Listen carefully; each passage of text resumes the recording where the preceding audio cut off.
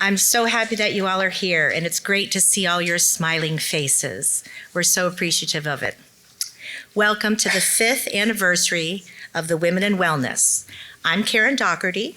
I'm Kathy Boards, trying to read my own name. Stand up there so they can listen to you. I'm Kathy, and we're the co-chairs of this year's Women in Wellness event, along with our honorary chair, Meryl Braylauer, who you will hear from later this evening. We have built a wonderful program for you.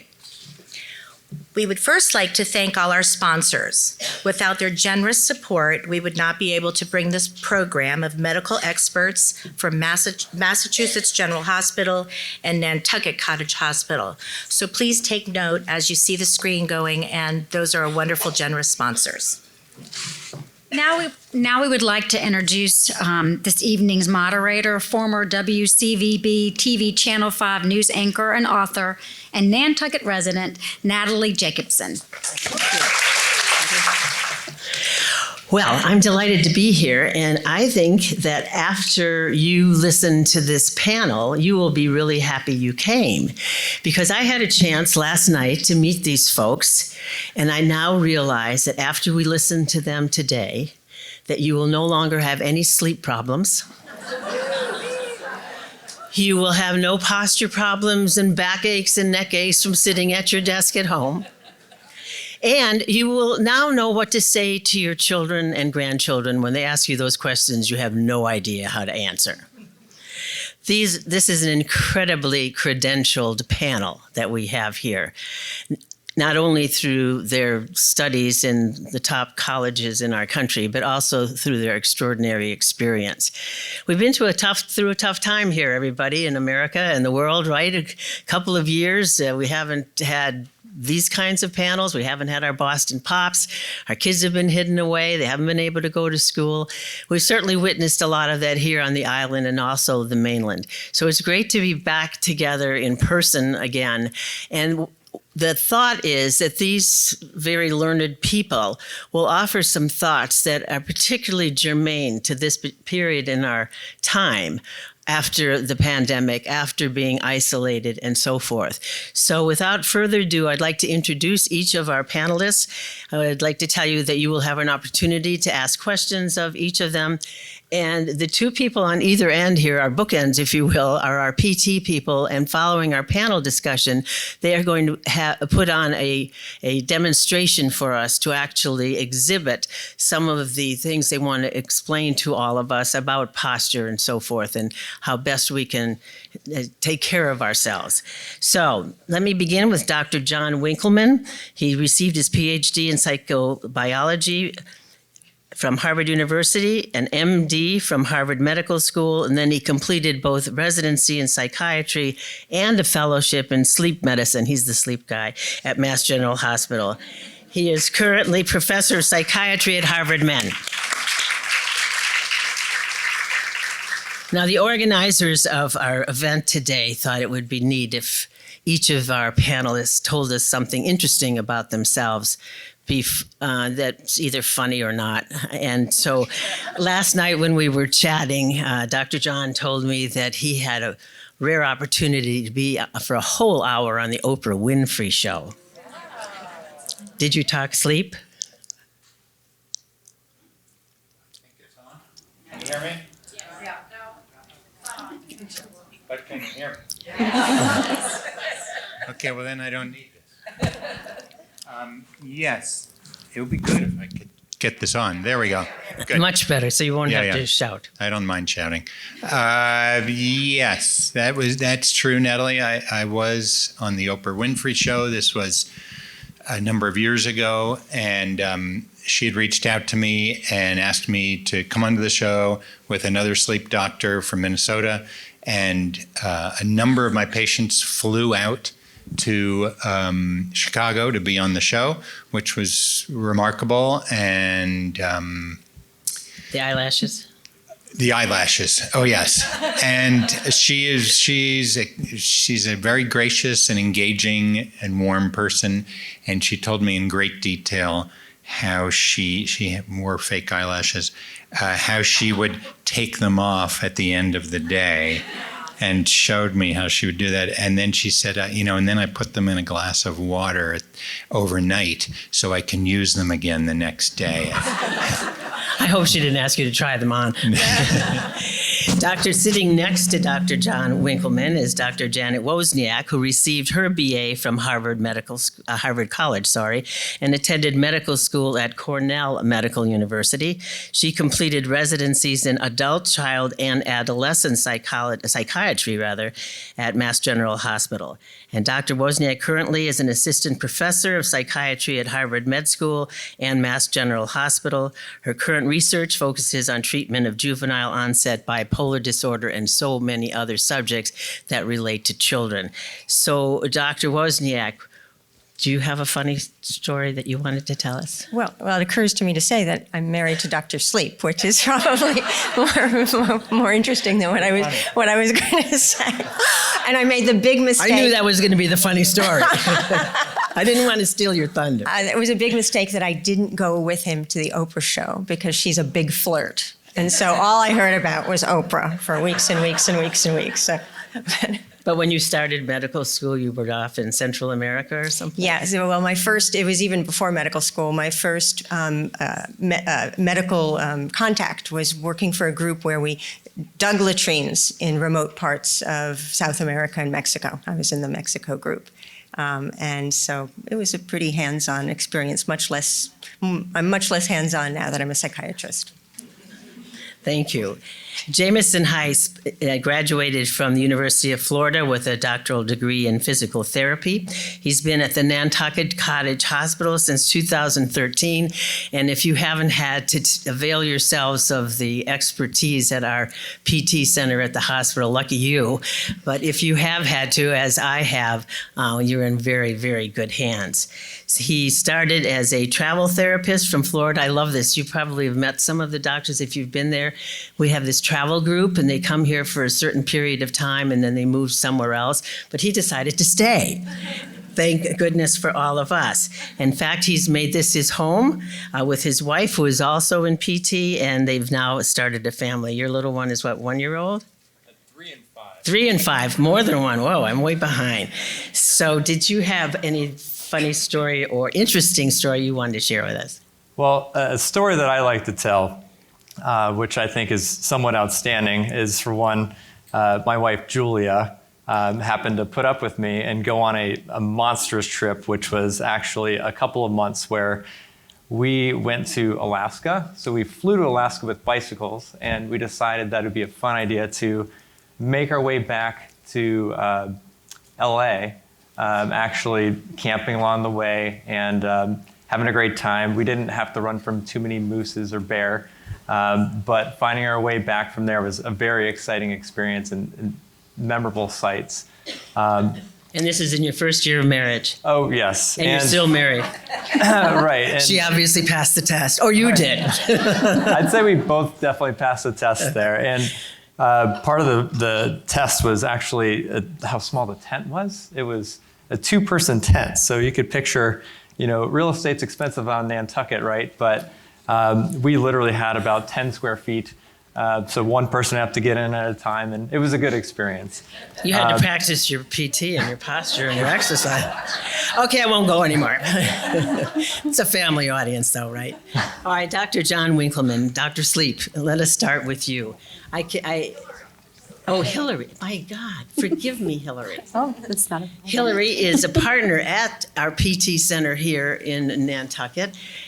And your funny story, it's not funny, it's actually pretty wonderful about your past. Oh, well, yes. So I'm a physical therapist at the Nantucket Cottage Hospital as well. I went to Columbia University to get my doctorate in PT as well. And a funny story, I guess it's not funny, but interesting, is that this is actually my second career. My first career was being a professional ballet dancer for 21 years. So this is kind of a nice transition for me. Well, she's being very modest, and because I blew it here, let me tell you also that in addition to her physical therapy studies as a professional ballet artist, she was at the Joffrey Ballet, the Nashville Ballet, the Dance Theater of Tennessee, and she helped create an injury prevention workshop for pre-professional dancers at the Joffrey Ballet, a very experienced person.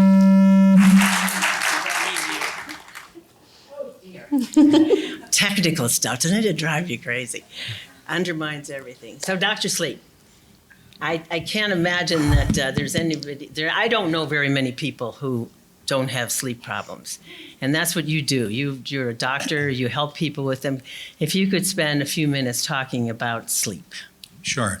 Well, I can tell you just first about my practice. So I've been a sleep doctor for 30 years. I was originally trained as a psychiatrist, but then decided to move into sleep. And I spend about a day and a half a week seeing patients, half a day reading sleep studies, and the rest of the time I do research in sleep disorders.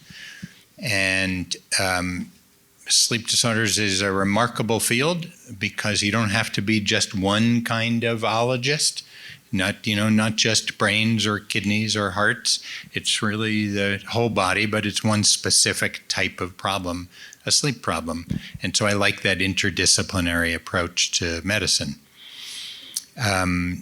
Sleep disorders, we generally divide sleep disorders into four main types of presentations. One, probably you're most familiar with, are insomnias, people that have problems falling and staying asleep, waking up too early in the morning, that are associated with a variety of medical and psychiatric issues and medications, and so interact with those. So those are very complicated evaluations to do because there's so many different things that can interfere with sleep, even though sleep is a very strong drive. So that's first. The second type of sleep disorder are hypersomnias, people who have sleep too much or excessively sleepy during the day. And so I see a lot of patients with obstructive sleep apnea, some with central sleep apnea. Some of you may know somebody with a CPAP machine or even have a CPAP machine yourself to treat sleep apnea. In addition, though, to those kinds of hypersomnias, there are central disorders so brain disorders that lead to excessive sleepiness, like narcolepsy or what we call idiopathic hypersomnia.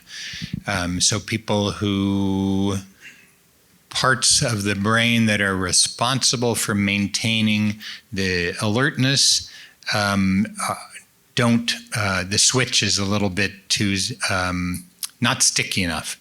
So the maintaining the state of alertness is difficult, so people will go to sleep very easily, hopefully not while I'm speaking. And those same people also have issues staying asleep at night because, again, that switch moves back and forth easily. So that's the second kind of group of disorder. The third would be parasomnias. These are abnormal behaviors that arise from sleep, behaviors or experiences. So sleepwalking. I've done a lot of work, and Oprah was very interested in sleep-related eating disorder, people who, in a partial state of alertness, get out of bed and go into the kitchen and eat. Our youngest had night terrors, would wake up an hour after going to sleep screaming and completely out of it, which produced terror in us. And the fourth kind of sleep disorder are circadian rhythm disorders, people who have normal sleep, but it's at an abnormal time. So those of you who've had teenagers or were teenagers will remember in yourself or in your kids that they can't go to sleep, some of them, until like 2 o'clock in the morning, but then can't wake up until 10 or 11 a.m. Unfortunately, they have to get up for school. And I was like this myself in high school and college, so, sleeping through early classes all the time. The opposite of that is as we get older, we have a tendency to have an advance in our sleep phase. So our preferred sleep times are from maybe 8 o'clock at night, but then unfortunately you wake up at 3:30 in the morning, which is not a good time to be awake, particularly in people who are much older and have problems with vision, and so may have some difficulty with falls in the middle of the night. So those are the 4 kinds of sleep disorders, and many of the patients I see come in with a mixture of those. Unfortunately, nothing's ever very simple. And people say to me, in closing, people say to me, why did you become a sleep doctor? Sleep, it's such a strange thing. And I respond always the same way as, I don't know why every doctor doesn't become a sleep doctor, because it's just so interesting. And be happy later on to answer any questions that you might have. Well, probably everybody has 100 of them. Like, how do you deal with these things? Or do you want to wait till the question and answer period to deal with that? Okay, that's fine. And Dr. Wozniak, you deal with children and the issues that they have. And this is totally anecdotal, but it seems to me, as I've gotten older in life, that the children have more problems today than back when I was a kid, or even when I had my kids. Yeah. And I'm wondering if you might, well, you certainly can address whatever you like, but if you might even include No, that. absolutely. Well, that's it's true. There's been a rising rate of psychiatric disorders in our population in general, but especially among our young people. Why that is we can only speculate. There are likely genetic effects about where people move and meet their mates and amplify certain types of genes. There's environmental effects. We know that, for example, smoking cigarettes during pregnancy can lead to attention deficit hyperactivity disorder in greater rates. Drinking alcohol during pregnancy creates a variety of physical and mental problems. We are filled with other toxins in our environment every day. The brain is very sensitive, and a developing brain is more sensitive than anything. In addition, we have stressors, different stresses than any of us had in our childhood. The presence of social media means that our children are kind of constantly in the spotlight, or feel like they're in the spotlight, or should be in the spotlight. So the kind of typical self-consciousness of childhood, and especially adolescence, becomes dramatically magnified. And I think that the kids who aren't popular feel terrible, and the kids who are popular also feel terrible because they're worried about maintaining their popularity. So it's been quite complicated. And then the pandemic. So the pandemic has hit everybody hard and in different ways. But young people and young adults in particular have been feeling the most dramatic stress from it. Their routines have been most dramatically upended. They haven't even created life routines, and it's all been changed. In terms of the social isolation, children, and especially adolescents, socialization, being social with friends, that's like oxygen for them. They need that. That's part of normal development. But what did we do during the past few years but separate everybody? Then there was just the disruption of routine. Children like routine. We all like routine. When you're in the midst of a crisis, one of the important things we do is to try to return to some normalcy of routine. And what happened for our children is that their routine was completely evaporated. It disappeared. What they expected from day to day, because as parents, we didn't know what to expect. I remember our son said, "Have you guys ever lived through something like, can you tell me what's going to happen?" And we're like, we have not lived through anything like this. None of us have. So it was very difficult for everybody, and our children suffer, I think, quite a bit. We also actually are better at identifying psychiatric problems in children and adolescents, and I think it's in part linked to the fact that we have better treatments, both medication treatments and therapy treatments. We are more alert to the serious diagnoses that can affect children and adolescents, but also the mild to moderate ones. Pediatricians' offices are doing more screening. Screening is increasing in schools. We really need more of that, as well as more assistance for the problems in both of those settings. Because most psychiatric disorders start in child and adolescence. I don't think people don't really realize that. Their symptoms onset during those years.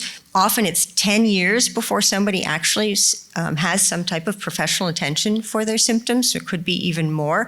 And yet, there's 10 times as many adult psychiatrists as child and adolescent psychiatrists. We're a minority. There's no way that the 7,000 or 8,000 child psychiatrists in the United States can serve the probably 15 million children who are in need of services. It's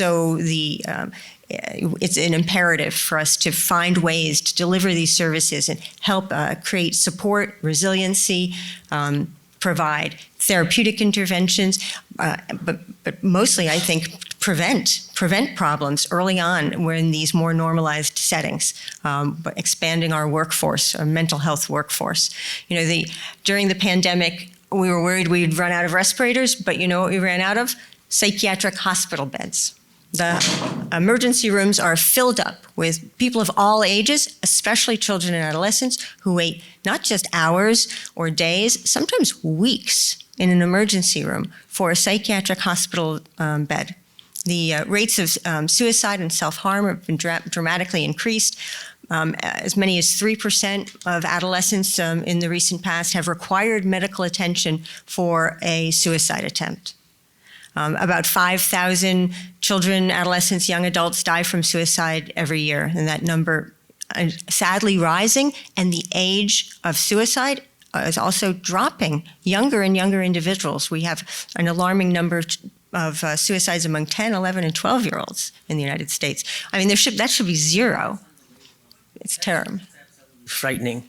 Thank you, and you'll have an opportunity we will all to ask questions. I'm sure many come up as you listen to our doctors talk. Jamison, we've seen a huge change in terms of, I'm thinking of posture and so forth, where people are working from home, probably sitting on the couch in the worst position in the world, or in a chair that was handed down from grandma, the worst posture-related sitting for you. How has the pandemic directed what you do here at the hospital, or at your clinic, I should say? Well, I would say that we will actually see people in the clinic, and it's for a variety of reasons. And you mentioned, sitting in a chair maybe, or an awkward position. So that's something where we'll often, we'll see a prescription that says low back pain. And so then it's kind of up to us to figure out what's going on. So we may learn from the interview or the evaluation that they are in their grandmother's chair, and they're in a very awkward position when they're doing their work or their Zoom call to stay in touch. So that's part of what we do, is we focus on kind of getting getting pain under control, giving them some exercises and looking at them, but also kind of addressing what may have sent them to us in the first place and got them that attention, by the doctor. So providing that education is actually a big part of what we do as physical therapists, is to, for one, to be able to identify the issue, and then two would be offering up several solutions. And often that can be a real challenge, because the patient, what you think is the right thing to do isn't always going to be something that works for the patient. So we really have to kind of adapt to their needs, and that's one of the challenges that I like about as a physical therapist. That's a big challenge too. And Hillary, I know that you and Jamison are going to have a program when we finish our Q&A here to actually do a demo for us about posture and exercise related things. But is there anything before we move on that you would like to add to that? I think just in general about working as a physical therapist on the island, it's quite unique. I came from working in New York City, and each clinic had its own specialty. So, for example, if you had a mastectomy, you'd go to an oncology clinic to get physical therapy there. It's just an example. But here on the island, we treat everything from age 4 months to age 98 years old.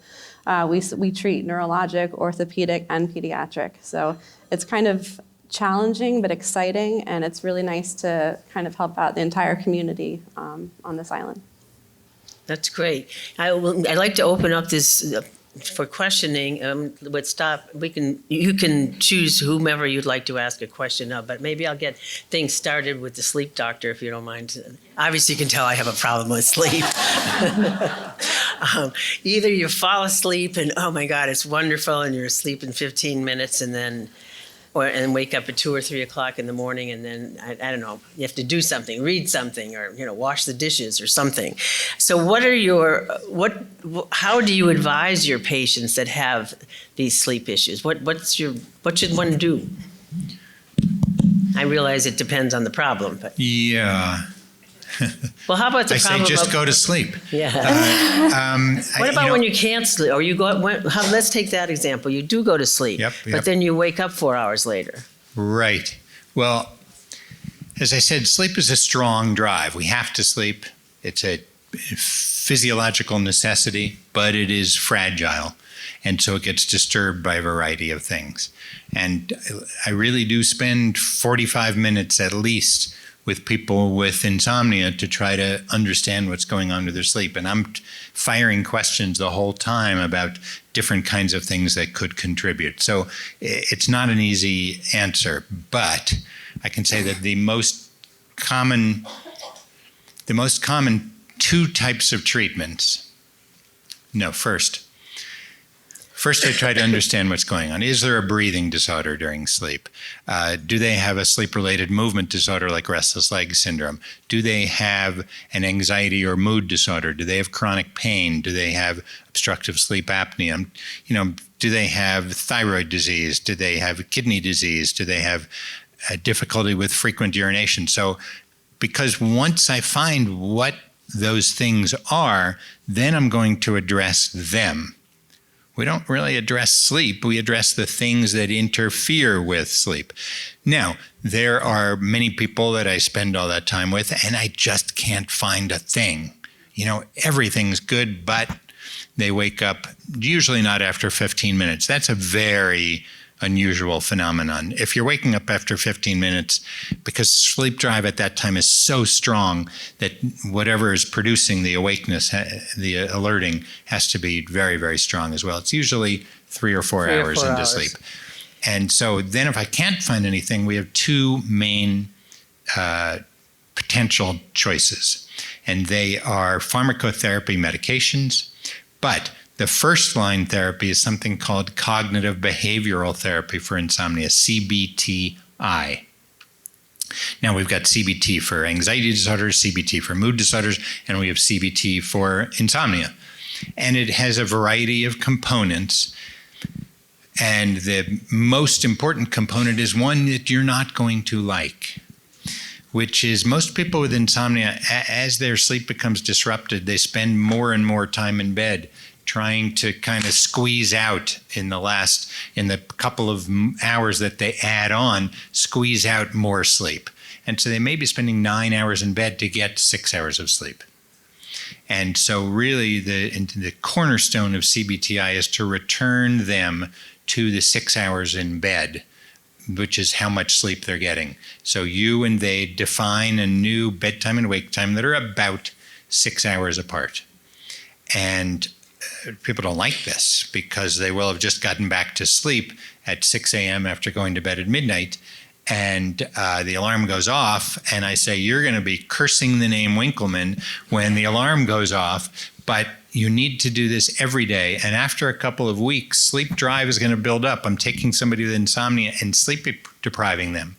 And then that then leads to better ability to maintain sleep and more confidence, because one of the problems as people develop insomnia is the anxiety about sleep that develops. Am I going to be able to fall asleep? You wake up in the middle of the night, you go to the bathroom, oh my God, it's another one of the notes. Those nights, I need to get to sleep really soon. I'm just so nervous, I'm not going to get to sleep. And that then itself interferes with sleep. So I call this insomnia phobia, just like people have, phobias about this, that, and the other. The insomnia phobia interferes. So as they're sleep deprived, they have an easier time falling asleep. and the confidence, think of it as a seesaw, the confidence that they'll be able to fall back asleep kind of overwhelms the anxiety, and that becomes a positive cycle over time. But it's hard work, that part. Medications are easier, obviously, and we've got tons of medications, and I prescribe a lot of medications, but always CBTI first. Any questions for any of our people here? Let's go ahead. I have a bazillion sleep questions, but the thing that you said that struck me. Just speak a little louder so everyone can hear you. I have a million sleep questions, but. But you only get to ask one. But I only got to ask one, which is, you said there's a 6 hour, that you emphasize a 6 hour window, but I was under the impression that people should be getting more than 6 hours of sleep.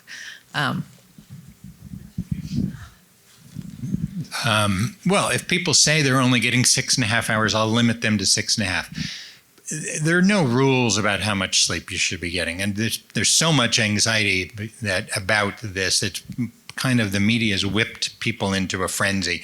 I need to get my 7 or 8 hours of sleep. And some people just really can't. And so why do we sleep? We sleep so that we're not sleepy during the day. And if you're not sleepy during the day, and if you are able to function, I wouldn't get so crazy about how much sleep. Less than 5 hours, probably bad. More than 9 to 10 hours, probably bad. But I think if you're getting between 6 and 9, you're fine. And if you have a question, just raise your hand or speak right up. I can see you if I shield my eyes here. Yes. Oh, Just speak. Yeah, loudly. Sorry, we don't have a. Hi. I remember a few years back, it was sort of interesting. There's a genetic disorder that people don't sleep at all, and it runs in families. And I remember there was a group of women, and they had volunteered for a study. How is that proceeded? I haven't heard anything. Fatal familial insomnia. Fatal familial insomnia. I'm not sure we should really spend a lot of time talking about FFI. It's profoundly rare, mostly in Italy. You probably don't have it. Any other questions, perhaps for some of the other people? Yes, go ahead. What is your first choice of an occasional ambient light? Just to break that cycle, For occasional insomnia, or let's say I'm traveling overseas, I use Ambien. Yeah. Is it addictive? The most common question that I get asked is it addictive? And I say, what do you mean addictive? dependent on it. Dependent in what way? You have to take it. No. If you take it for a long period of time and then you stop it abruptly, you'll find that you'll have a few days of worse sleep. But then you'll go back to sleeping how you were before, which was probably not so great. I mean, that's why you were taking the Ambien in the first place.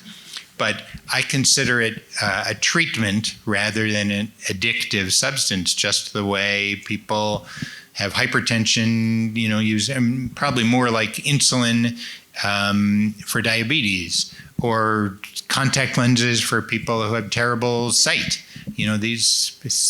Sleep is very complicated. It's not just the absence of wake. It takes a lot of different parts of the brain to make sleep.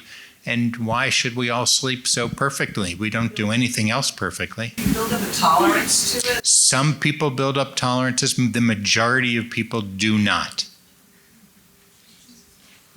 Go ahead. I want to make sure my wife gets it because her stuff is so much more interesting. I have a quick question. You said you're not concerned about Ambien being addictive or anything. Why isn't it over the counter then? It's regulated by the FDA. There are a lot of things that are that are regulated by the FDA. Benadryl is over the counter.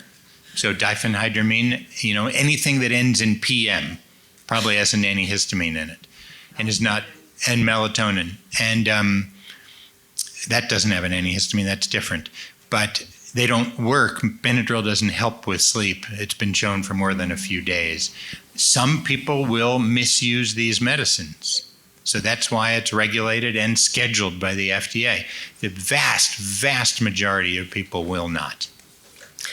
I am going to switch here just so that we can get Janet in. I remember last night you mentioned you knew quite a bit about drugs that are used for children and others. Mm-hmm. Do you want to address that? Let me phrase the question this way. Sometimes I think, again, this is anecdotal, and from my stories I've covered and so forth, that doctors can be really quick to medicate a child at a very young age, 5, 6, 7. Oh, you have ADD. Let's give him whatever. Can you address that, please? Sure. It's not unusual. I think that children and adolescents in general in our society are kind of ignored. So not having any questions about them is not a huge surprise. I think if there were children and adolescents here, they might be asking me questions. But we tend to think of childhood and adolescence as being this sort of blissful time. They just have a few bumps in the road. Oh, they're not doing well. It's a phase. That's just part of growing up. But the fact of the matter is that a lot of individuals, even down to the age of 5, even preschoolers, can be suffering mightily with their emotional regulation, with the regulation of their attention, with the regulation of their physical activity, being able to sit still, with anxiety. These are all things from our brain. Our brain is a very fragile, special machine. It's not a big surprise that things might be misbehaving or not working well from the earliest stages of life. But don't kids grow out of things, doctor? They grow out of some things, but even if they do, it's like if you have childhood asthma and you grow out of it when you're older, you still want to treat the childhood asthma as you're wheezing and miserable. If you have childhood epilepsy, you may grow out of it. So some of these mood disorders or anxiety disorders, if you just leave them be, they may improve. They may improve with non-pharmacologic treatments for sure. We have a lot of useful non-pharmacologic, non-medication treatments too. But every decision about whatever treatment we give, whether it's a therapy that's not a pill that you swallow or whether it's a medication, all rests on this weighing the risks and the benefits and the risks and the benefits. It's easy to think about the risks associated with a medicine. Is it addictive? Will it cause weight gain? Will it impair learning? A whole variety of things. What's the effect on the heart, lungs, and kidneys? But we also need to respect and think about what's the risk of not treating? What's the risk of leaving someone terribly anxious through their entire elementary school years, or always getting yelled at because they can't sit still, or they're not paying attention, or they didn't turn in their homework? I mean, the effect on somebody's sense of self and self-esteem is profound. And that doesn't disappear quickly, even if the symptom itself gets better with age. So one of the things we think about when we choose a treatment for children is how quickly do we want them to get better. Medications work faster than any of our type of talk therapies, for sure. And so sometimes we want, people make fun, you just want a quick fix? Yes! We want a quick fix. We want to get them better as quickly as possible. Because a year in the life of a child, actually could be 20% of their life. You're 60 years old and you have a bad few months or a year, that's one piece of a long life. But you've got a 10-year-old with a bad year, that's 10% of their life. It makes a big difference intervening early for people. It's interesting to look at it. There are other questions for, go ahead. It seemed pre-pandemic there was such a crisis in adolescent disorders, and then obviously the pandemic, we all know. Now that the kids have been back in school and sports for about a year, is it getting better? And also, do you have any sense now of how the pandemic is impacting them, like socially, just in general? I know it's kind of too soon, but it just seems like, I had a kid not in school for 18 months. How did that affect her? Yes. These are great questions. What are we going to see as the fallout of the pandemic in so many different ways? Just also, I think we all wonder about, could the exposure to the virus cause any type of neuropsychiatric issues or problems for somebody who has it at different ages? We don't know that either. But certainly we know that we've got a whole cohort of kids who are really hugely behind in their educational milestones. So things, they had virtual learning, but if anybody had a kid doing virtual learning, you realize that it's not nearly the same as being taught in the classroom. It's much more difficult. In fact, parents kind of all of a sudden had to be teachers while they were doing everything else in their life. So there's no doubt that the kids who are now going back to school are behind. And so there's a catch-up, and that type of catch-up creates a stress among everyone, among the teachers and among the kids as well. These questions you ask, well, what are we going to see from the isolation that they had for 2 years? What was it like for a 6-year-old to be isolated for 2 years versus a 12-year-old versus a 16-year-old? I think we're all looking to see what the future holds for these individuals and how that's going to turn out. Who was resilient and why? Who had problems even despite all of the potential supports they might have received, and why? These are kind of the constant reasons to research and study and figure out so that we can remedy. I mean, in the end, we want to help everybody catch up and feel well. Is the trend improving now or no? No, I would say that our referrals. So one of the things I do is I'm director of an outpatient child psychiatry service at Mass General, and our referrals are at least double what they were 5 years ago. They've just been rising and rising and rising. Our wait list is getting longer and longer and longer, which breaks our heart because, as I said, a month in the life of a child is a big thing, and if we're telling people to wait 6 months, that feels terrible. But what can we do? We don't have the workforce. We don't have the funds to hire additional people. We don't have enough people going into child and adolescent psychiatry. So part of that is because insurance doesn't reimburse it well, because insurance doesn't seem to value mental health the way it values other types of health. So it's a larger problem that also involves public policy, I would say. Also, our emergency rooms are still stacked up with kids and adults waiting for psychiatric beds. Are there other questions? Let me just look to the back of the room. Go ahead. All right. You were talking about those resources. Here on Nantucket, we are very limited, as mentioned prior, with what resources we have access to. I have a teenage son whose father is bipolar, and I have wanted to look at addressing that younger. As you said, maybe you don't see the effects for 10 years, but they've been growing. What's your advice for us on Nantucket? How can we get those resources for our kids?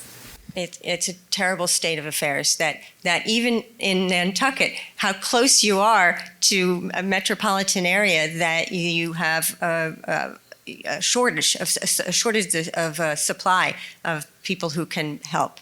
So what can you do? Well, I encourage people to go to the parent web groups. There's like for this, Depression Bipolar Support Alliance is very helpful for family members of individuals with depression and bipolar disorder.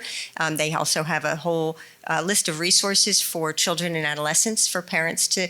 There's ways in which parents can kind of learn to be helpful, to be the kind of therapist for their kids. I don't want you to be your kid's teacher or your kid's therapist, but when there's a lack of resource, that's what we try to help parents do. You're with them 24/7.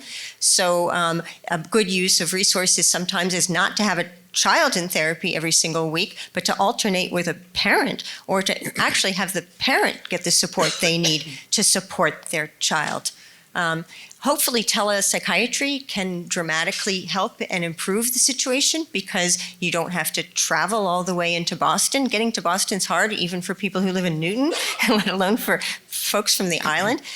So we're trying to expand all of these telehealth services, and they did. That was one of the pandemic positives, was that telemedicine in general improved and now has become more of a norm, so that it decreases these access problems. It's much easier to go to an appointment, and if you don't have to take the whole day off from work, take your kid out of school, and to go to them more frequently, so that the care can happen more frequently. Part of the burden is on the professionals who need to find more effective short-term treatments. Are there more questions for any of our four panelists here? Yes. In the beginning, you mentioned social media. Obviously, I didn't grow up with the impact. You see the effects that it has on young people. Is there any, and I know there's a lot of factors involved, do we have any Advice. Advice as far as 10 and under, don't give them a phone, don't look, is there? I think the American Academy of Pediatrics makes some recommendations which are actually impossible to follow about how much screen time children should have. And it's like ridiculously small, like an hour a day of all screens, which doesn't usually work out. So it really is an inter-individual family decision. And there's nothing evil about video games or social media or anything else. The worry is if it's starting to crowd out other parts of social activity and interactions and other things that kids should be doing. A variety of things, sports and social time, family time, reading, entertainment, sleep. Thank you. What about the screen time, John, from a sleep point? We've heard that you wouldn't want to look at a screen just before you went to bed because it keeps you from sleeping. Is that true? I have mixed feelings about screens and sleep. I think that there's probably small effects of blue light on the circadian system so that they would they'd make us think that it was still daytime and delay our ability to fall asleep. On the other hand, I see a lot of people with insomnia who, when they get into bed, because of this insomnia phobia or because they're anxious people or for other reasons, they get into bed and their mind is going. They'll say, my mind was racing. And it's not that they have bipolar disorder. It's just this is the first time all day where it's been quiet because our lives are really busy. And then you get in bed and it's kind of inside of your head is like a vacuum and into it rushes all these other things. And they're usually not good things that come into your head in the middle of the night, right? And you're not thinking very clearly about those things. The next morning you think, why was I so worried about X thing, in the middle of the night? So I do think that for some people people will say, I have the TV on with very, very low sound. So there's something to focus on out there rather than focusing in here.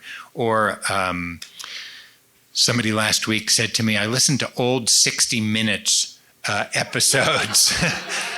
A little bit boring and a ton of talking and so it's something to get them away from in here and something out there, and then sleep is this drive and it comes knocking on the door and pretty soon you're asleep. That's interesting. And so I think sometimes getting out of your own head for people who are anxious in the middle of the night or anxious about falling asleep can be helpful. Okay, way in the back there. I don't want to ignore you. Go ahead, go ahead. Speak right up. Oh, never mind. Okay, how about the lady here in the blue? My experience with pediatric psychiatrists, my sister's a psychiatrist, but has been that there's very little time spent on talk therapy.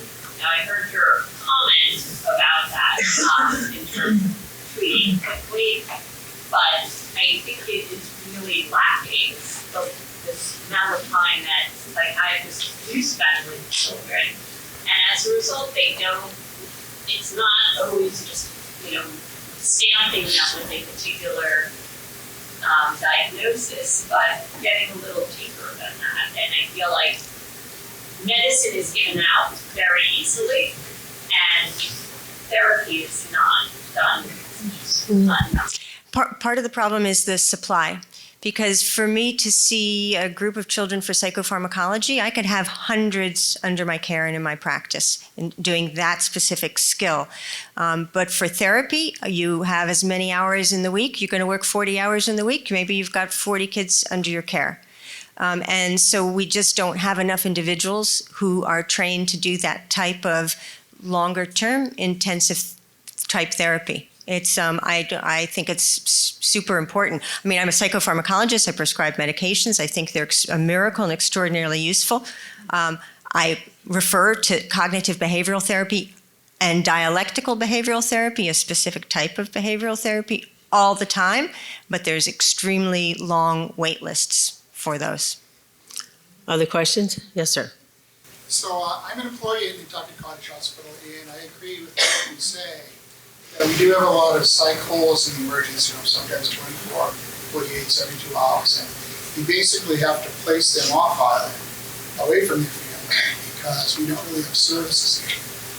And I know for PTSD and manic and depressive, we were doing ECT therapy in the past, and it kind of went out of vogue, and it's actually coming back in vogue now. But even more often is we're doing a lot of ketamine infusions. That seemed to be very good. Doing a lot of what? Ketamine infusions. Ketamine. For adults as well as young, older Adolescents, yeah. And I'm just wondering if we can't get the patient off island, maybe we can get some here from the clinic, and maybe we can do 1 or 2 ketamine treatments per week. What your thought is on that for the adolescents and the adult? If maybe we can get something like that going, that would help, wellness on Nantucket, because that's the problem. It's like, it's a destination, psychedelic place for people that want to come here to vacation. But we do have issues with some of our own people that live on the island that get threatened with alcohol. Yeah, it's a complicated question about, I think, a kind of a larger use of services and how they work. So if the reason that people get stuck in emergency rooms for psychiatric problems is the hospital they're in doesn't usually have a psychiatric unit. Even at Mass General, there's 1,000 beds, 24 of them are adult psychiatry beds. So the vast majority of adults who come through the emergency room can't be admitted right to Mass General. They have to go to a separate psychiatric hospital. It's a kind of a vestige, I think, of how psychiatry has always been kind of carved out and separate. It's a problem because it's a medical subspecialty. It's a medical problem, and yet we're not fully treating it that way. So when you talk about, well, can we do something that's more efficient and right away, like ketamine, that's absolutely, I think, again, do we want a quick fix? Yes. Someone's depressed and suicidal, we want to get them to go right back home again safely. And ketamine is a kind of a really extraordinarily useful new pharmacologic intervention. It involves an infusion of a medication. It's not a pill that you swallow. So our ketamine clinic right now has an extremely long wait list at Mass General as well. We've got the same idea. We would like to be able to use it acutely in the emergency room. Someone comes in extraordinarily depressed and suicidal, rather than sit and wait and go to a psych hospital, and which in and of itself is traumatic for whatever time that they're there, 2 weeks. This is an amazing and great option. I think it's going to expand. We could get policies in place that with some of the nurse practitioners and psych nurse practitioners on the island, we could at least get an initial treatment and get it started. Yeah, I don't think the nurse practitioners are doing ketamine because it requires more. You also need some anesthesiology coverage. And I think it's a bit more specialized, but you're absolutely right. You're on to the right idea. We don't have enough of these specialized, super specialized individuals. We need to find ways to kind of expand the workforce with different paraprofessionals who are specifically trained. So to both of you doctors on this issue of medicines, you're saying let's treat somebody quickly with a medication. But then when you get off the medication, you still have your problem, right? So, well, you put on a pair of glasses and you can see, and you take them off and you can't see. Yeah, a lot of the things that we do don't cure the problem. They treat the problem. The problem. So the same. We don't cure a lot of things in modern medicine. Surgeons might. They cut something out and you're cured. Infectious disease, antibiotic, cure. But modern medicine manages chronic illness. And we're very grateful that we can manage chronic illness, because 50 years ago, we just watched chronic illness kill people. But now we manage chronic illness, and that's just the truth. It's just how it is. And particularly in psychiatric illness, I would say. But CBT for insomnia maybe can cure people, but it's not going to give you the 9 hours that you want to get. It's going to give you 6.5 of So say again good what sleep. CBT is. Cognitive behavioral therapy for insomnia. It addresses the cognitions that interfere with sleep and the behaviors that interfere with sleep. And This is not medicine. This is No, it's about a 4 to 6 visit educational program, Gotcha. really. okay. Yes. You sorry, I have a million questions for you guys as well, but I would love to have us think a little bit of, like, with psychology in children, adolescents, is to have a team approach. And I used to be a middle school guidance counselor. I was an elementary guidance counselor at first. And, you know, when kids are having issues, it's, you know, not just a quick, like, oh, take them to the doctor and get them on medication. For a lot of emotional problems, yeah. And so, you know, I used to work as a guidance counselor with making sure that kids were in balance, and we would keep an eye on the social, emotional, and academic life of the kids. And when we would see something out of balance, you know, we'd pull everyone together and say, like, what can we do? And I often worked with psychologists or psychiatrists to kind of, because they couldn't do all the things that needed to be done outside, and the school counselors. So my friends know that I am a big, a big fan of getting more school counselors into the elementary schools and middle schools. That's my pitch. So I wonder, Hillary and Jamison, in your line of work in dealing with these kinds of questions about our children and the issues that they have to deal with now post-pandemic, but there's just this whole rising number of kids that seem to need more help today. What about exercise? How does that play a role or anything else that's physical, body physical, that you guys come up with, that you might lend some suggestions? So one of the things that we had a question back here about screen time, and you know, I heard the comment about activity and exercise. So one of the biggest changes is that when I'm observing just our waiting room, even you can see a direct connect to social media, and I know there's a lot of screen time. I'm guilty of it as well. I've been drawn at such easy, quick entertainment. So I think, you know, learning some of the basics too of how do you do, when you are doing this, what's the best way to do it? You know, as far as what is the best posture? I think that can help reduce, you know, the risk of having a musculoskeletal issue. And then also really just having a better balance in your life. Being able to make other connections with people and be more active and develop healthy routines, I think is a really important part of growing up. And I think that, you know, even on this small island, I know that there are a lot of resources. I know my wife is constantly looking at activities to do, and there's a lot of things out there to do, and it does take a little bit extra effort. But there's a lot out there to take advantage of. And I think that's something really important to take home and make sure that we're kind of giving our kids a good head start and bringing them up the right way. I actually, I feel kind of guilty at times, but I have a 5-year-old, and she likes to W sit, which is not necessarily the best way. She likes what? She likes to W sit. I can be a little bit more specific, but it's kind of sitting with your feet out to the side and your knees like this. So it affects your ability to, you know, develop, and it affects rotation. But, you know, I do kind of help to, you know, give her a little bit of feedback, and she knows the right way to sit now.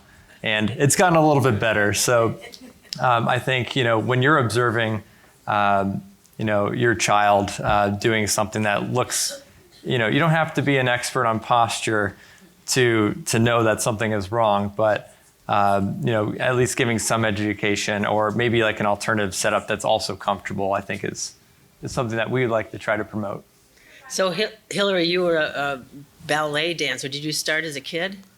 I was 3 years old when I started. Oh my God, yes. Are you serious? Wow. So that had to play a big role in not only your posture, but your general health. Yeah, yes, it did. I think it's kind of what got me into physical therapy. I enjoy being active and moving. That's what your body's meant to do. And When I got injured in my ballet career, that's when I realized how beneficial physical therapy is. You get stuck doing, you're not able to do what you want to do, and you get stuck on the sidelines, and being able to get back to that point was a big deal. So helping people now to do that is really rewarding as a profession. I also wanted to speak to the point of limited resources here. I think it's hard because we don't have the clinical specialists in certain things, like even in physical therapy. So what I think is really neat that we're doing is collaborating with Mass General, and we are creating a bigger pediatric program at our clinic here on Nantucket Cottage Hospital. That's great. I didn't know that. Other questions? Yes, ma'am. So this is for Just speak up a little bit, please. Dr. Dusick and Dr. This has to do with as we women gain years, that we need to stay more limber, is my understanding. And to be preventative, people come to you from PT because they've been injured or because they want to get back. But can you either or both of you address some activities that we can do to stay healthier, stronger, more balanced that you would suggest to avoid having to come in to get fixed? So the question, in case you couldn't hear it, was as we get older, we need more help in staying limber, to be our movement, our hips and knees and so forth. And is there something we could do so that we don't end up in your office? I always say the best form of exercise is the one that you enjoy doing. What did you say? The best form of exercise is the one that you enjoy doing. So any type of movement is good movement. And it really just depends on the body. Everybody's individual. So yoga might be great for you, but it might not be great for her. You know, it's very individualized. But that's one of the things that we work with our patients with, is finding what's best for you after evaluating you and figuring out your deficits, muscle imbalances, flexibility restrictions. We'll work with you to find out the best program for you. As a follow-up to that, I think one of the mindsets I take is I think it's important to help people age gracefully. And with that, we do have some common themes that happen. And a lot of it tends to follow poor postural habits. So I definitely linking this all back together. But so really making sure that our bodies are going through their ranges of motion like they're supposed to do and like our bodies are built to do.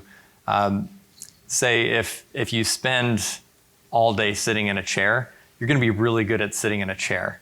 But if when you go to walk after, if you were to get up and walk after sitting for 5 hours, you're going to almost be bent forward because your muscles are kind of shortened and tighter and they don't have the blood flow. So I think I know you're kind of wanting some specific advice, but in general, it's making sure that your body moves through more range of motion. So some of that is accomplished just by walking and being able to take a little bit longer stride with walking, letting your hip extend behind you. That hip that's really shortened right now in this position for me. And also, it's all of your joints. So a big part of it is your spine. And as we get older, we tend to lose the ability to extend in your spine. And a lot of people find that yoga is something that is helpful for them.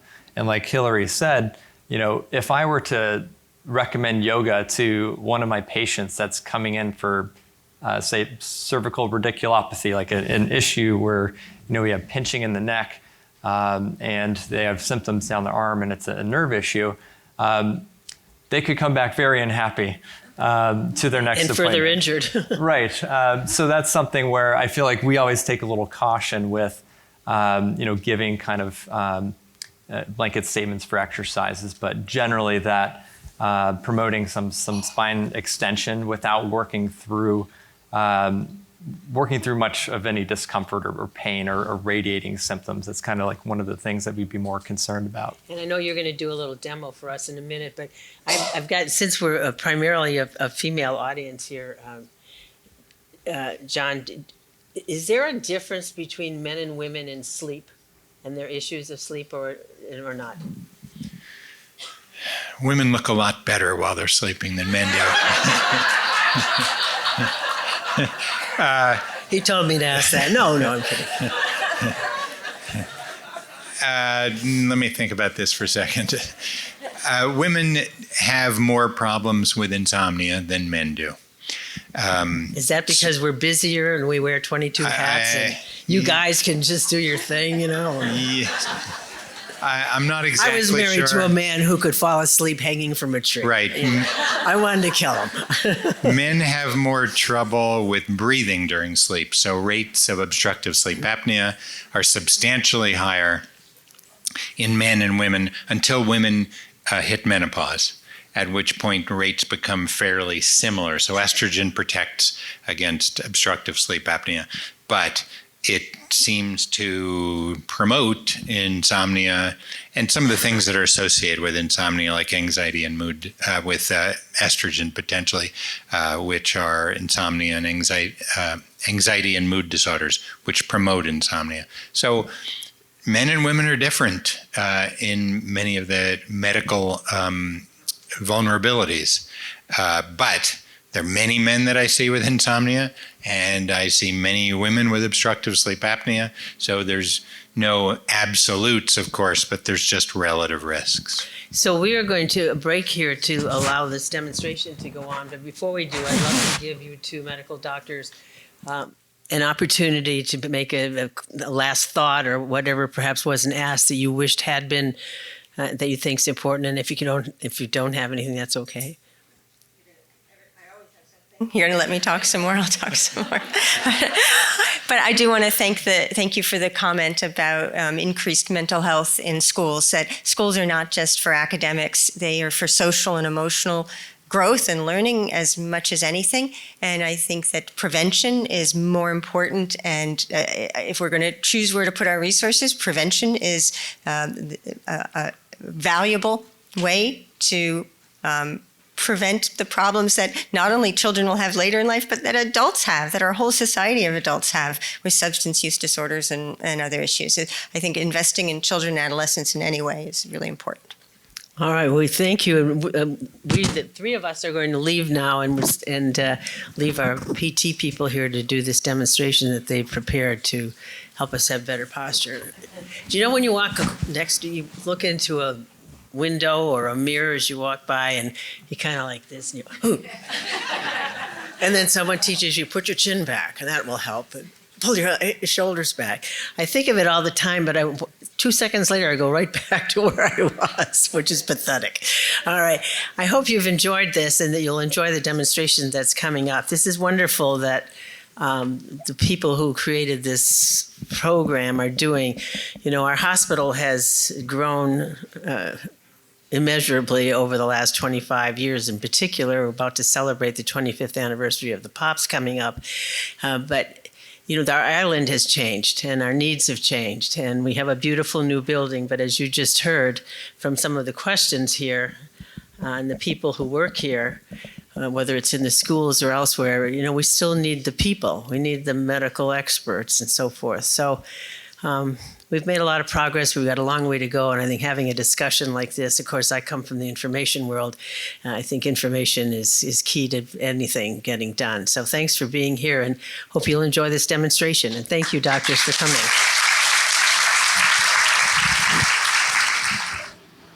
All right. Well, I'd like to start off by just saying that we're really thankful that we had the opportunity to present on posture this Women in Wellness event. We were excited just to even be asked. And we do recognize that 2020 brought along many changes. And, you know, I do like to think of that the virtual option to be able to be connected with family and friends and coworkers was great. It was a good option that was safe, and we all were adapting quickly, and I think that was important.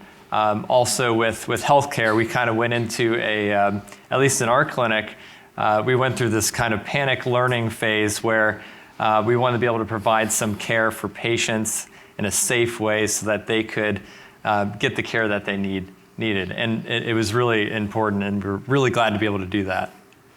Yeah, so our bodies are meant to move and be active. And sitting for periods of time is good for recovery after activity. However, most of us do this much too often. Finding a perfect plumb line within movement has been a very important part of my former ballet career. And when I retired from ballet and went to higher education for 7 years, that's when I realized how challenging it is to maintain and find a healthy posture while sedentary. The pandemic, many people went through a very similar transition, right? So we all suddenly had to adapt to working in an office space at home, managing kids, pets, and other challenges without having a defined office space. This is our new norm now. So hybrid working fully remote, which has its pros, increased connectivity, for example, but also has its cons. So the aches and pains that come from having that prolonged poor posture, which is why we're excited to share with you as movement specialists kind of how to improve your well-being while working from home. We have a special guest appearance tonight, Jane Condon. Please come to the stage. Everybody give a round of applause.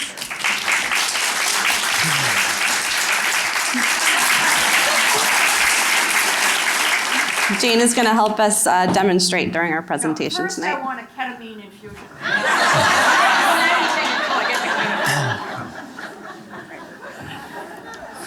By the way, I'm a frequent flyer. Thank you, juvenile bipolar doctor, wherever you are. My family, we are frequent flyers in the plane. So there's numerous ways that your body can be affected by poor postural deficits.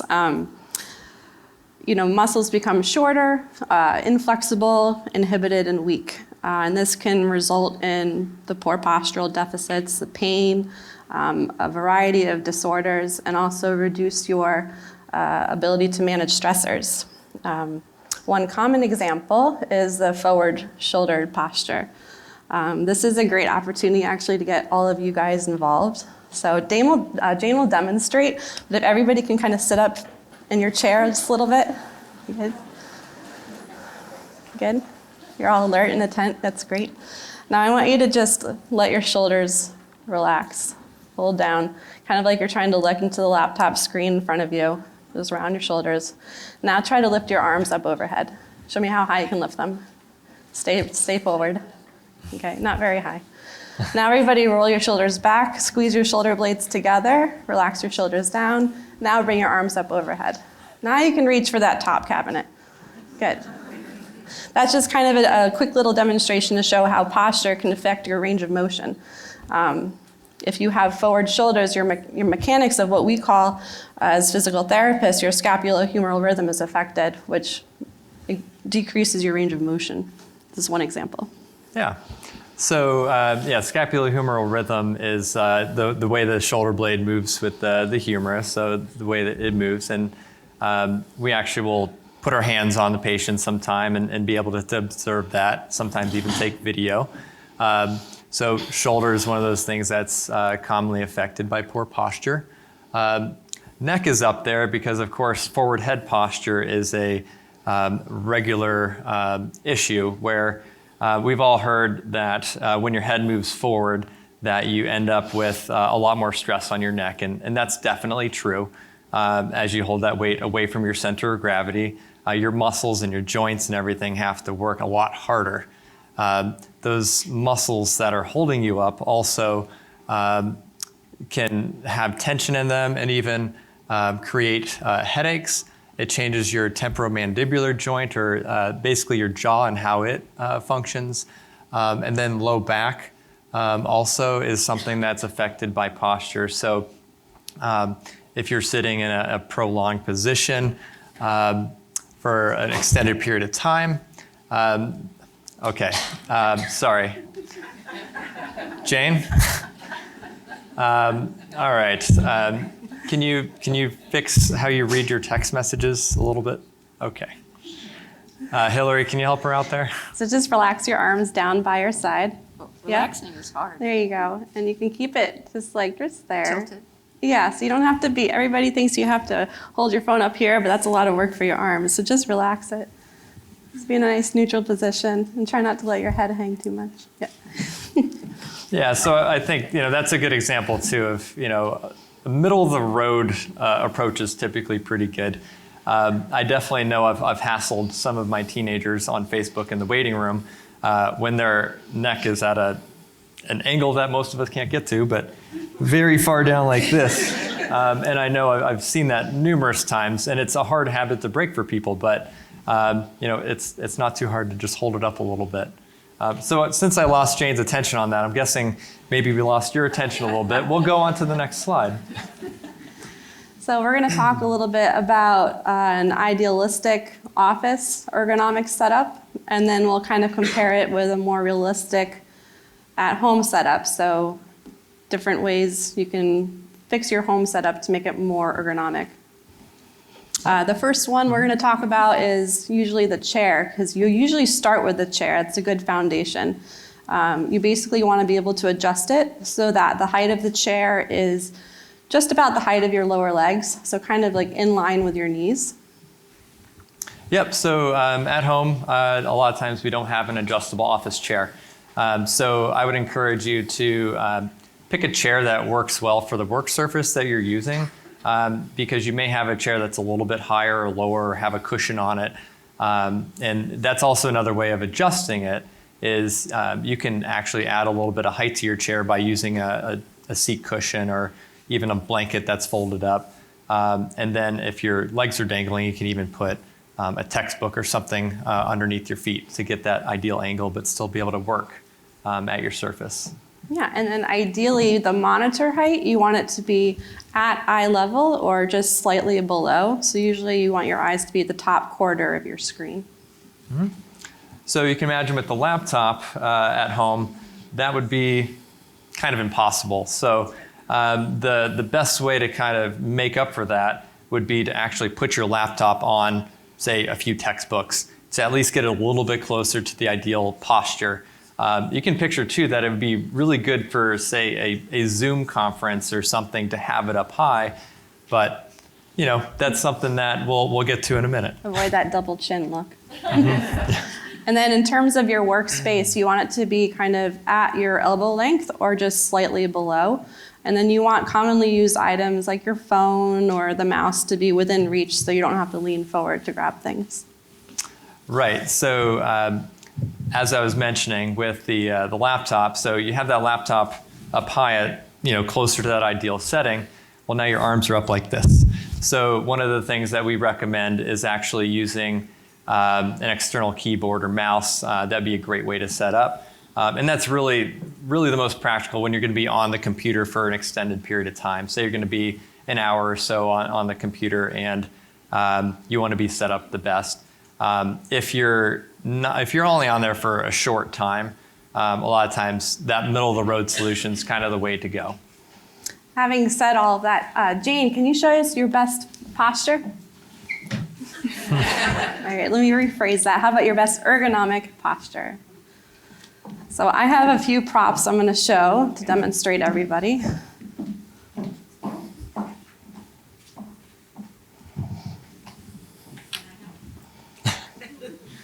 Well, Hillary will take care of it. So let's give you a laptop first. And then Jane, I'm going to have you stand up. So Hillary is using a pad to help elevate the chair. And this is probably because the table is a little bit high for Jane. When she was sitting before, the table was actually a little bit above her elbow.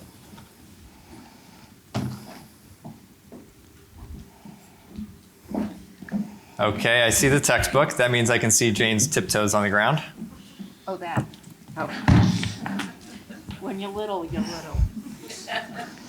Lean forward. So that's actually a lumbar support, and scoot all the way back. Not everyone has one of these, but you could take a. We must all get Does Marine Home have these? I don't think so. I'm serious. Pharmacy would be one of the spots that I would consider looking. Dan's? Where do I go? Okay, thank you. Amazon. So I think the crowd probably knows better than me right now. So we'll leave it up to you guys. So the lumbar cushion is something that you could even do, say, impromptu with a rolled up towel or something. Jane, can you show us what it looked like with your with the laptop up high with your hands? So actually, that's not too bad from that position. You really want your arms resting down by your side, though. Yeah, not your elbow or your shoulders and your ears. So we would recommend an external keyboard. Oh, bring it out. And a mouse. So now that keyboard and mouse will allow her to be a little bit more relaxed. She's not going to have her shoulders in her ears. She's not going to be reaching out constantly during this. So I think right now this is a much better alignment for her. I agree. And the eyes are going down, so that's... Slightly down, yep.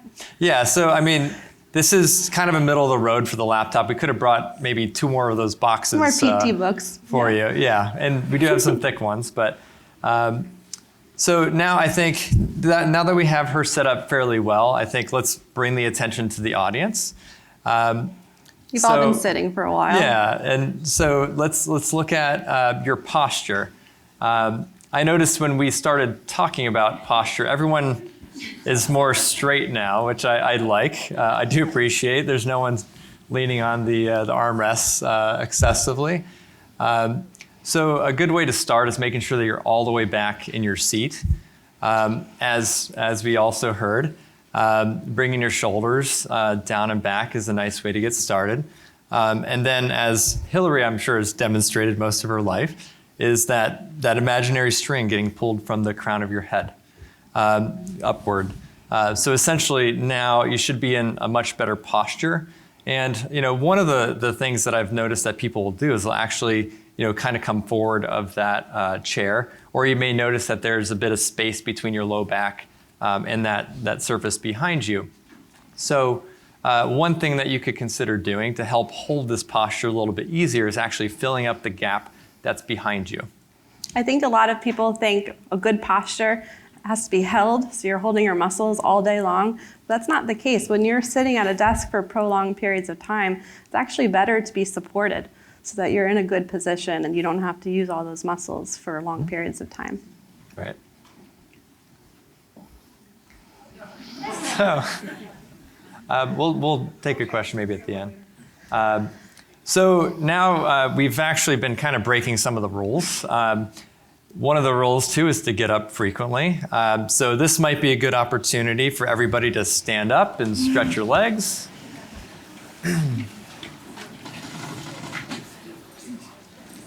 Now, what was that, Jane? Do what you gotta do to stretch your legs. Getting up and getting your legs moving and getting the blood flow is kind of part of the point here. So thank you for that. So we often recommend getting up every 30 minutes or so. That's part of why we broke the rule. If you've been sitting for a while. Some of the things that we can do is set a timer for ourselves. Some people like that, some of our type A folks. And then some of us even will drink a little bit of extra water, which is often a goal. That way you have another reason to get up. But kind of tying it to something during your day is often really helpful. So we kind of wanted to make this interactive. So while you're all standing, we're just going to take you through a couple of really simple, gentle motions that you can do when you take a break from sitting at your desk for so long. Jane will be our demonstrator. She's going to help demonstrate for us. Everybody just do what you can. If you don't feel comfortable, please don't join in. And feel free to hold on to the chair in front of you for extra support. You guys can hold on to the stage if you want. We're just going to start with some just gentle spinal range of motion. So just stand in a comfortable stance, and then go ahead and try to touch your toes, lean forward. Try not to break any glass. We have some good enthusiasm in the audience. And up. Maybe we should avoid that one again. So maybe we'll keep it to 1 rep for now. Place your hands on the back of your hips to support your lumbar spine and lean back. And back, up. Good. Bring your arms down by your side and lean to one side. Feel a nice stretch. I like the arm. Other side. Good. Everybody cross your arms in front of your chest and rotate to one side, looking over your shoulder. And rotate to the other side, say hello to your partner. Good. So now that we got the blood moving, you guys can all have a seat again. We'll let you get up again soon, don't worry.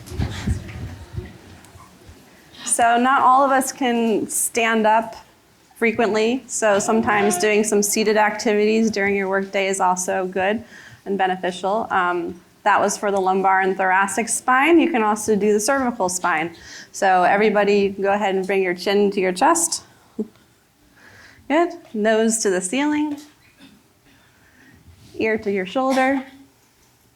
The other side. This is a good upper trap stretch too. Look to one side and the other side. And then two very simple therapeutic exercises we prescribe as physical therapists for postural deficits. One of them are called chin tucks. You actually spoke to this just a second ago. You say you try to bring your chin back and your shoulder blades together. That's basically what we're going to talk about here. So I like to think of a chin tuck as somebody with really bad breath is coming at you. So if you tuck your chin and lengthen the back of your neck, that is a chin tuck. And that strengthens the cervical flexors right at the front of your spine. They hold your cervical spine in a nice position. And if you do those throughout the day, you won't have to think about your head position so much. And the other one we call scap squeezes. So that's just taking your shoulder blades and squeezing them together without lifting your shoulders up. So you want to squeeze down and back. And you can hold them for like 5 seconds and then relax, squeeze, and relax. And you can do this all day whenever you're sitting. And this is kind of to get some of the muscles that are inhibited a lot, a little bit more active and kind of promote that better alignment. So as far as physical therapy's role in wellness, we often observe patients with preventable conditions that keep them from doing the things that they enjoy. When we work with patients, we perform an individualized evaluation. We provide individualized education, treatment, and manual therapy. And ultimately, our goal as physical therapists is to work with our patients to improve your function and to optimize the health and wellness of our community. Jane, do you have any final comments for the audience? No, except I'm going to take this. I'll pay the hospital, but I just want to say laughter is good medicine too. Yes. And you can reduce stress, you can boost immunity, and you release endorphins. So, but having experts Thank you.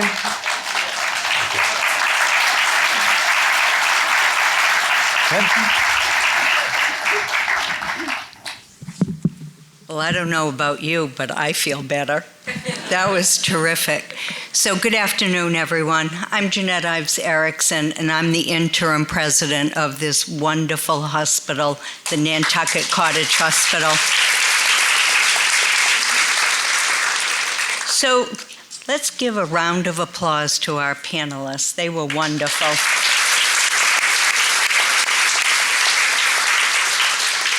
Thankfully, healthy lifestyle choices can go a long way towards reducing women's health risks, right?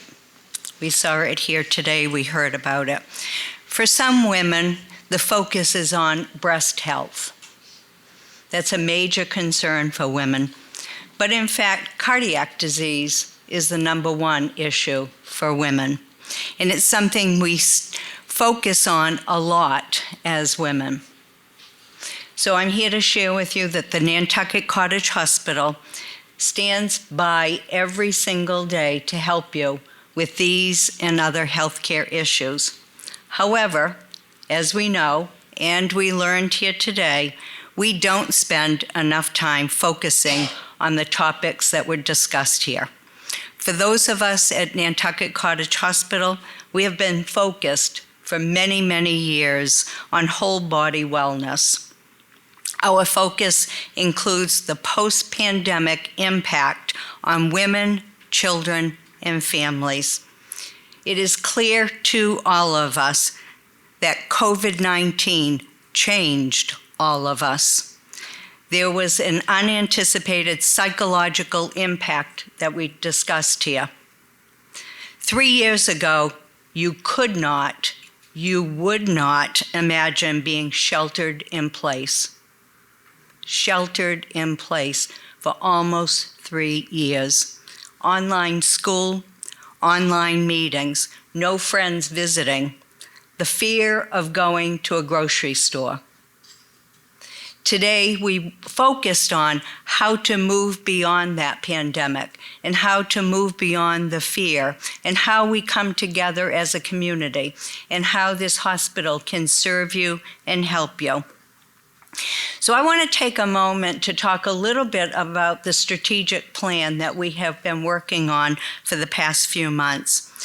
And our strategic plan is built on core principles of equity, access, participation, and your rights. That means we work hard on everyone's behalf, fulfilling our societal role and our responsibilities in this community of Nantucket. The areas of focus that I want to share with you today are really a big focus on our current and future workforce. Community health, why we are here. Quality, safety, and making sure that each and every person that crosses our doorway has a positive patient experience. Access to care, ensuring a safe environment of care, and of course, all with a solid fiduciary responsibility. So let me focus on a few of these strategic areas of importance. First is a focus on the workforce, as I mentioned. We have been focusing on building up our leadership team so that we can better serve this community. We are fortunate to have recently appointed Dr. Barbara Malone as our Chief Medical Officer. Barbara has been a member of our medical staff since 2020. I don't know if she is still here. Right there. Welcome, Barbara.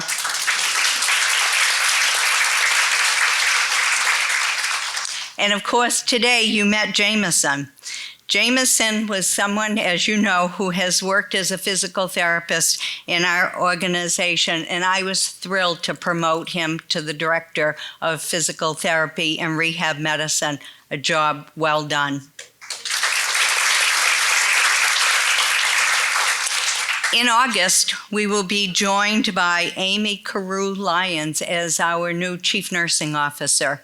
Amy is a wonderfully experienced nurse who will join us from Boston. We also just made a job offer to a housing advocate.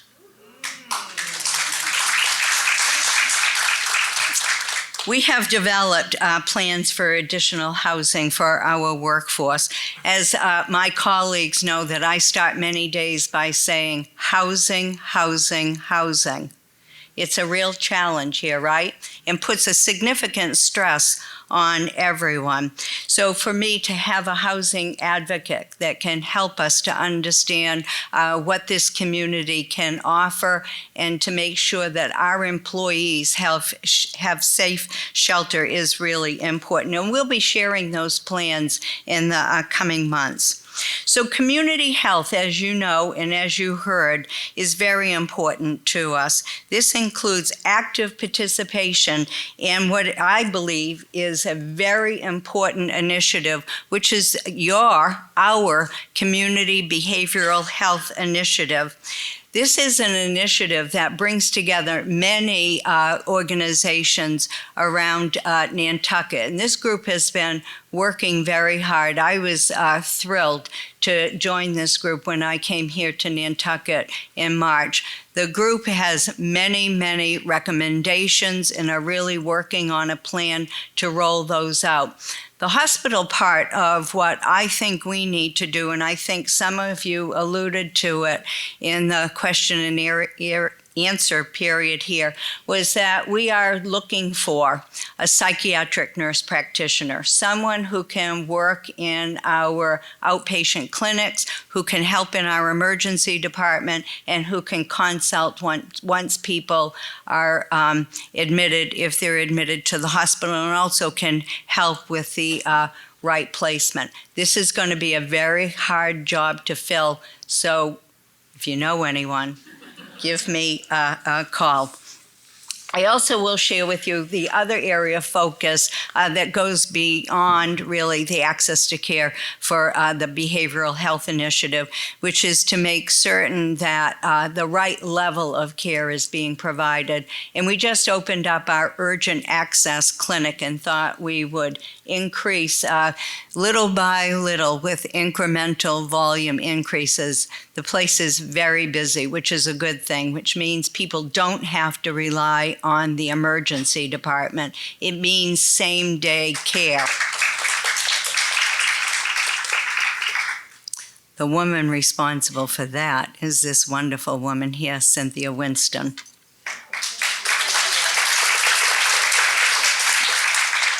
And Cynthia made certain that 14 children under the age of 5 received their COVID-19 vaccines this weekend. 14 safer children in our community. And so lastly, a focus which is on our safe environment of care, and this is a celebration. We recently had one of those regulatory visits. We're scheduled for several of them this year. And this was a visit by the regulators to our rural health clinic. We just received our report and we have no deficiencies. A moment for a celebration. And so we owe it to all of you for giving input as to what our hospital can provide and should provide. And we want to give a big thanks to the people that work at Nantucket Cottage Hospital. So thank you to my colleagues. And I would close by reminding us that these things don't happen magically. These events, right? And so I want to take a moment to thank our sponsors, the people that worked very hard, people that believe that this is a very important event for our community, people that step up to the plate in support of our hospital, that help us to do the work that we should be doing. And I know one of the key people is going to talk after me, but I want to thank the sponsors and thank all of you that support the Nantucket Cottage Hospital. Without you, we couldn't do it. So thank you, and thank you for being here. Good evening, everybody. Jeanette just stole half my talk, so you'll be saved. But I do want to underscore what she said. First of all, thank you to all of our supporters and our sponsors. It's wonderful that so many people stepped up for this evening's event. Thank you all for attending. We appreciate each and every one of you. I want to thank the co-chairs, Kathy and Karen, the most delightful women to work with. And the host committee, many of you are here, for helping us organize this terrific event that has been sold out, okay? We sold out as of this morning. And of course, I have to thank our panel, Dr. Winkelmann, Dr. Sleep, I guess you have a new name, Dr. Wozniak, his better half, right? Jamison Heist and Hillary Busick. Thank you, Jane Condon, for making us laugh. You always do. And thank you especially to our terrific moderator, Natalie Jacobson. By the way, you can buy her book at Mitchell's bookstore, okay? I also want to thank the hospital development staff, Molly, Shay, I don't know where she is, but Shay, thank you. And of course, Chris Klowacki. I don't know where you are. I have a special shout out to Lisa Clary Lawler, who is a devoted friend of Women's and Wellness and is a Nantucket Hospital trustee. Jeanette, thank you for your remarks. And thank you to the staff, many of whom are here tonight. So I love the staff of Nantucket Hospital to stand up just so we can all say hi. And then after the reception, thank you for all that you do for us every day.